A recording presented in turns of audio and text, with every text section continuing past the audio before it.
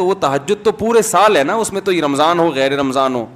نبی 8 رکعتیں اکثر پڑھا کرتے تھے. تراویح ایک الگ سے نماز ہے جو باقاعدہ جماعت کے ساتھ ہے, اس میں لوگوں کا ہجوم ہوتا ہے, جبکہ امت کا تقریباً اس پر اجماع ہے کہ نفل نماز میں لوگوں کو اکٹھا کر کے جماعت سے نماز پڑھانے کی اجازت نہیں ہے. آپ دیکھو جیسے ہی عید کا چاند نظر آئے اب تہجد آپ جماعت سے نہیں پڑھ سکتے. اگر یہ عام تہجد کی طرح ہے تو آپ جماعت سے نہیں پڑھ سکتے, بلکہ 10 رکعتوں کے بعد پتہ چلا نا چاند ہو گیا ختم, وہی نماز چھوڑ دی جاتی ہے, یہ بتانے کے لیے کہ یہ کس کی خاصیت ہے, یہ نماز یہ رمضان کی خاصیت ہے. اس لیے علماء کہتے ہیں چونکہ یہ رمضان کی خاصیت ہے تو حدیث میں جو آتا ہے قیام اللیل, اس میں یقیناً وتر بھی داخل ہے, تہجد بھی داخل ہے, تراویح بھی داخل ہے, لیکن اس قیام اللیل کا اولین مصداق تراویح ہے. سمجھ رہے ہو, اس کا اولین مصداق کیا ہے, تراویح, کیونکہ نبی صلی اللہ علیہ وسلم نے 3 دن تراویح باقاعدہ جماعت کے ساتھ, اور پھر حضرت عمر رضی اللہ تعالیٰ عنہ نے باقاعدہ اس کو جماعت کے ساتھ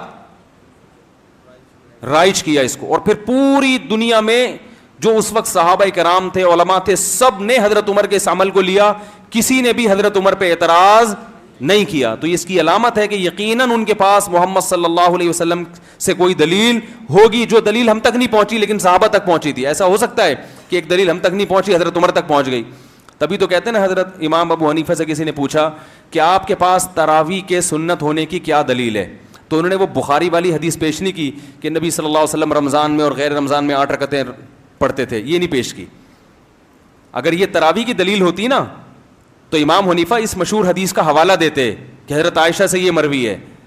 بلکہ انہوں نے کیا دلیل دی, ما رأیت عمر مبتدعا, میں عمر بن خطاب کو بدعتی نہیں سمجھتا. کیا مطلب, عمر بن خطاب کے پاس یقیناً کوئی دلیل ہوگی. اگر وہ 8 رکعتیں جو رمضان غیر رمضان میں وہ تراویح کی دلیل ہوتی تو امام مالک اس حدیث کو اپنی کتاب میں ذکر کرتے ہیں, لیکن 8 رکعتوں کا قول نہیں کرتے. اس سے پتہ چلا کہ امام مالک بھی اس حدیث سے تراویح مراد نہیں لے رہے. اور جو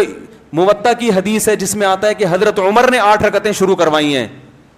وہ بھی حدیث ضعیف ہے. اس کی بھی بڑی دلیل کیا ہے کہ اس حدیث کو موطا امام مالک کے جو مؤلف ہیں امام مالک وہ نہیں مان رہے, کیونکہ اگر امام مالک رحمۃ اللہ علیہ موطا کی اس حدیث کو درست مانتے جو ان کی اپنی کتاب میں ہے تو امام مالک بھی 8 رکعتوں کے قائل ہو